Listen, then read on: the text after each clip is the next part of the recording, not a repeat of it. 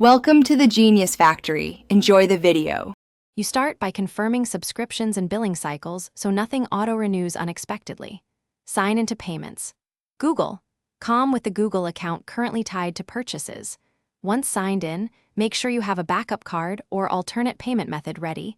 This prevents service interruptions while you switch accounts.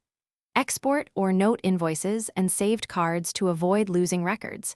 You perform these checks now to keep receipts. Prepare to change the payment profile and reduce billing surprises later. Next, edit payment methods.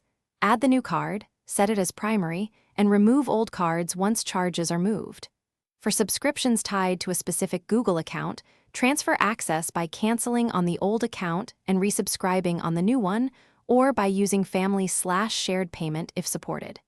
Make sure billing addresses and tax information match the new account to prevent decline charges.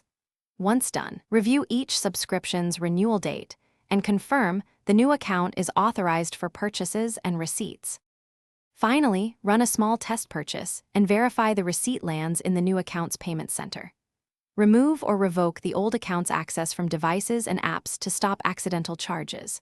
Once complete, double-check recurring charges and authorization settings to ensure future billing uses the updated account. If things go wrong, like declined payments or missing subscriptions, clear browser cache, retry in incognito, call your card issuer for holds, and contact Google support with transaction ID for faster resolution. Thanks for watching. If you found this helpful, don't forget to like and subscribe.